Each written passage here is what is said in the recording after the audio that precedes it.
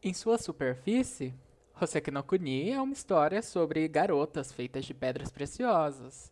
Um mangá onde, conforme você se aprofunda, você se depara com diversos temas filosóficos, budistas, existencialistas e, inesperadamente, de body horror.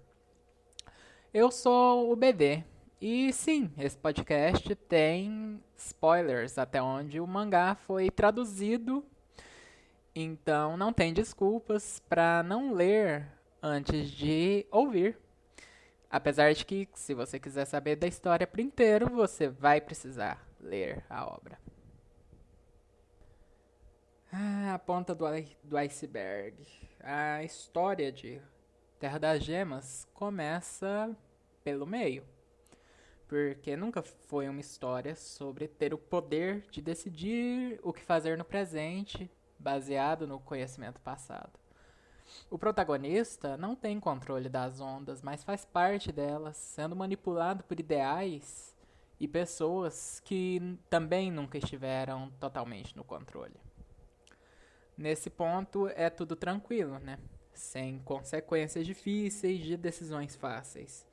Você começa a ler o mangá ou assistir o anime, ou pelo menos eu comecei, achando que o seu formato vai ser de uma história sem rumo, como aqueles onde cada episódio traz algo diferente, sem ligação com o anterior.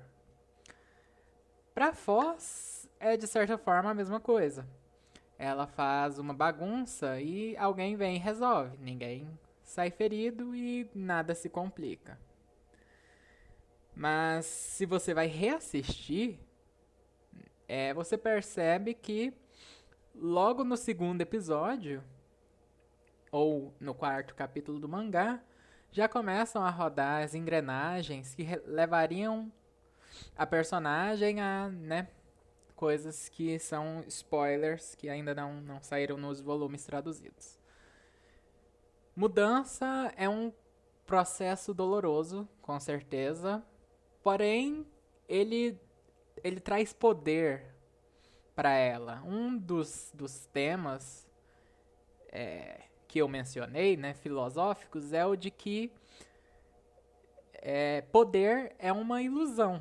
Em Terra das Gemas, a Foz, em algum ponto, a Carbonado pergunta pra ela se ela alguma coisa assim, né? E ela fala que nada de bom veio com esse poder. Esse processo de mudança é um processo que se repete várias vezes pela obra. Logo no começo, né, no segundo episódio, a Foz já é engolida pelo Admirabilis. E nesse momento ela fica desesperada, ela pede por socorro e é impossível que ela seja salva. É, Nesse ponto a gente já tem um pouco de body horror, né? Porque ela fica sendo dissolvida, você fica vendo uma imagem humana, apesar dela não ser exatamente um ser humano. Você vê uma imagem humana sendo dissolvida nesse ácido, né? Dentro da lesma. É lesma? Vou pesquisar, calma aí. São lesmas mesmo. São uma mistura de ser humano com lesmas. E então ela se torna a única pessoa capaz de se comunicar com a Admirabilis. Essa habilidade, ela acaba não sendo uma coisa boa a curto prazo. E ela é usada apenas nesse momento. E ela só tem consequências positivas lá na metade do mangá. Coisas que eu não vou discutir aqui, mas eu vou discutir posteriormente, quando tiver traduzido. E essa habilidade coloca Foz no caminho para mais mudança. E a sua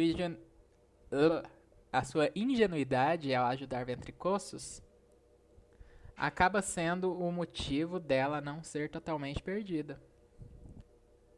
E no fim, ela ganha pernas mais poderosas. E ela fica animada com a ideia das suas inclusões serem mais poderosas que o seu corpo frágil permitia. Esse é um aspecto que traz mais body horror para a história, porque para as gemas não significa nada perder partes do seu corpo. Porque da mesma forma que a gente não se importa com as memórias que a gente perde com o tempo, é praticamente a única coisa em comum que nós, como leitores, temos com as personagens, né, com as gemas. Mais uma vez, a imagem de uma criatura humanoide perdendo, né, uma parte de seu corpo. No fim, esse poder que ela ganha com as pernas dela é o que torna ela forte o suficiente na visão do professor para ela tentar lutar, né? E é uma coisa que ela sempre quis, mas isso leva a gente direto para a próxima mudança, né? Porque ela vai lutar junto das ametistas gêmeas e ela fica envergonhada porque no fim, né? Porque ela não consegue lutar. Ela não consegue nem fugir, ela não consegue fazer nada, ela fica parada e quem salva o dia é a Carbonado, né? E aí ela tenta usar o inverno pra aprender a ser mais disciplinada. Por bem ou por mal, essa disciplina funciona, né? Por causa que o que acontece em seguida é a Antártida ser levada, né? É muito triste. Na primeira vez que eu assisti, eu não fiquei tão triste, mas aí eu vou reler o mangá de vez em quando e aí eu fico torcendo pra não. Dessa vez o professor vai chegar a tempo, dessa vez a Antártida vai ficar bem. E infelizmente não é isso que acontece, né? O gelo toma os braços da protagonista e ela troca esses braços com a ajuda da Antártica, ela troca esses braços por braços feitos de ligas metálicas, né? E essas ligas metálicas, elas trazem aquele tema de que poder é uma ilusão, né? Porque não importa o quanto poder ela tenha, ela não consegue, poder ou conhecimento, né? Ela não consegue resolver os problemas ao seu redor. Então o inverno acaba e a protagonista é recebida com curiosidade por parte daquelas que dormiam enquanto ela abandonava parte da sua identidade mais infantil e irresponsável. Tanto a mudança de personalidade quanto a mudança em seus braços tirava a atenção das outras para o que Foz buscava explicar ou fazer. Um tom sério vindo de uma personagem previamente alegre e a atenção que ganhava com isso não lhe agradou muito. O volume 4 chegou esses dias, né? E cada volume que chega eu fico mais encantado com o trabalho da editora. Eu não vou falar o nome da editora, mas assim, só é uma editora, né? Não tem opções. Mas assim, eu adoro o trabalho deles. Com Terra das Gemas, eu não tenho outros mangás deles. E um aspecto bem aleatório é que meu pai vê essas capas, né? E eu acho que quando ele vê, ele só olha pra mim e pensa, nossa, mas é um viado mesmo, né? Porque todas as capas tem menininhas correndo e menininhas trem mais bonitinho. Espera só até ele ver as capas dos volumes mais novos. Eu acho engraçado, porque as capas não realmente mostram que lá por dentro tem, né, pura depressão.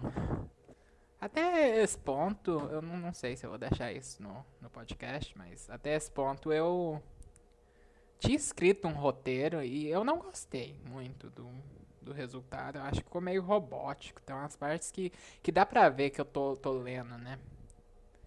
E agora eu vou fazer o contrário. Eu vou comentar em tempo real os capítulos e, mais importante, os aspectos mais aprofundados, né?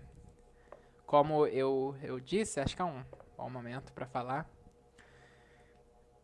O Hoseki no Kuni tem aquele problema, mas ele não tem tanto aquele problema. De que... Ai, fica bom no episódio, no capítulo 300 e tanto. Eu acho que Hoseki no Kuni fica bom no capítulo 28, né? Capítulo 28, deixa eu dar uma olhada aqui. Sim, no capítulo 28 ele fica mais interessante, porque começa a surgir esses mistérios, né? Só que esses mistérios, mistérios dos Tsukijin, né, os lunares, e os mistérios do professor e essas coisas, elas estão intrinsecamente ligadas com as mudanças que a Foz passa. E assim, a gente não vê grande parte da vida da Foz, né? É uma coisa muito abstrata no mangá, é a personagem ter 300 anos de idade. E a gente só viu alguns dias disso, né? A gente tem grandes time skips mais pra frente, mas em geral a gente só viu ela já com 300 anos de idade. A gente supõe que a vida dela foi muito igual isso, né? Cheia de dela ser colocada pra baixo, porque ela é fraca, frágil e fica querendo lutar, né? E além de ficar querendo lutar, ela é intrometida, né? Faladeira. Não é que ele fique interessante depois de 28 capítulos. Mas você começa a perceber que é uma história mais profunda do que aparenta de início. Pelo menos eu comecei nesses 28 capítulos, né? Quase no fim do anime. Onde você começa... Eu comecei a me questionar, pensar, não, mas será o que acontece? O povo, os lunares, será que ela vai pra lua? E assim...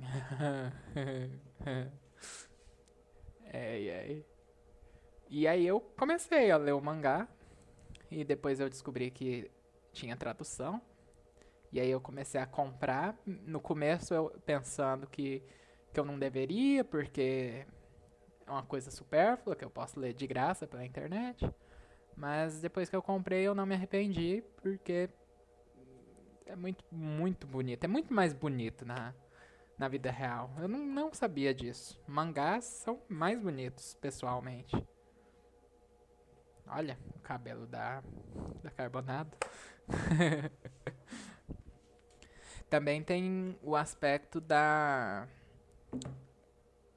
Cinábrio, que é uma personagem que a Foz gosta dela, né? E quer ajudar ela e quer arrumar um serviço divertido pra ela. E nesse ponto ela só fica envergonhada, né? Fica querendo evitar a Cinábrio. E aí no final ela até pergunta pra Cinábrio sobre o mistério do professor e ela fala que todas elas sabem que ele tem alguma ligação com os lunares, mas que ninguém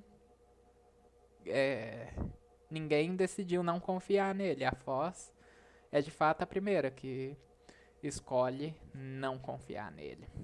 Tem o Shiro, né? O Shiro, ele é um bom trazedor de mistério, né? É o meu ponto favorito no mangá também. Esse ponto onde a Daya, que é minha personagem favorita, a Diamante, ela fica fugindo dele, ela fica tentando lutar com ele e ela não consegue.